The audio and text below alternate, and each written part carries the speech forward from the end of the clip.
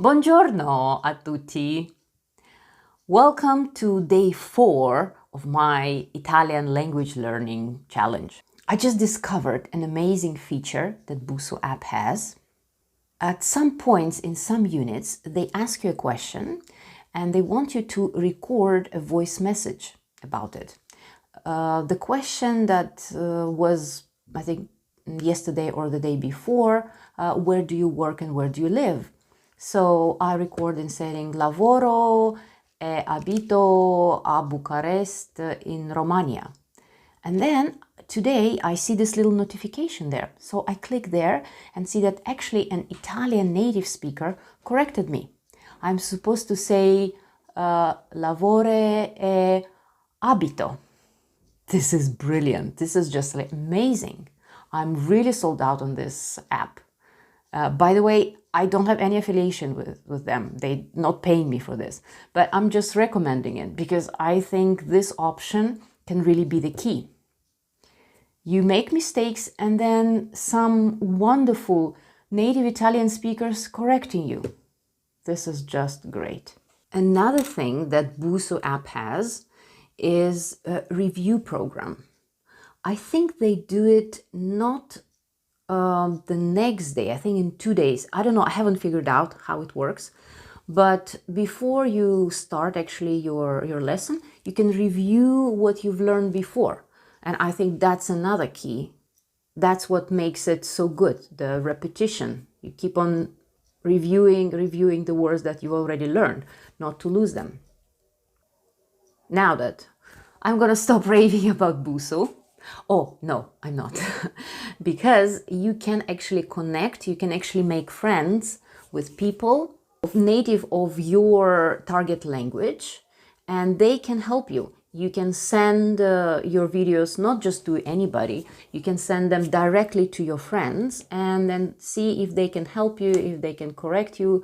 You can correct their languages and they can correct yours. This is great. Okay, that's it. I'm done raving about Busso. Now, what have I learned? Today, I learned different ways to pay. You can say pagare con la carta is to pay by card. Pagare con la carta. Okay, card, carta, very close. And pay cash was pagare in contanti.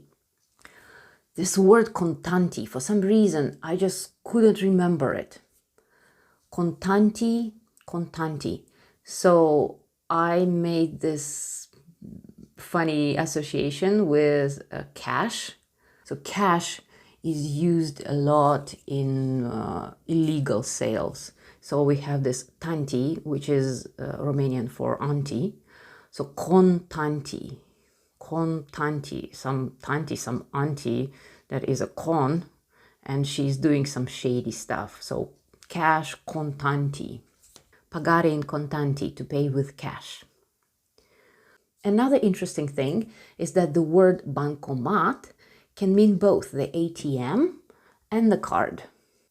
Also, sometimes the sign that they might have at the bar or cafe that says fare prima lo scontrino alla casa, it means that you need to go and get the receipt at the cash desk, and then with your receipt you go to the bar and then make your order.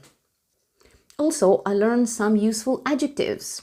For small is piccolo or piccola, which is, I don't know from where, but I knew them. Grande, of course, Starbucks, grande.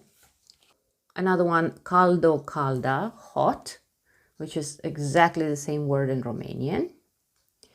Freddo, fredda is for cold. Well, think of Freddy. Freddy is cold. Poor Freddy, he's so cold. Then vuoto, vuota, plain or literally empty. I also learned that the adjectives, they go after the nouns they describe, just like in Romanian, and the opposite of how it is in English.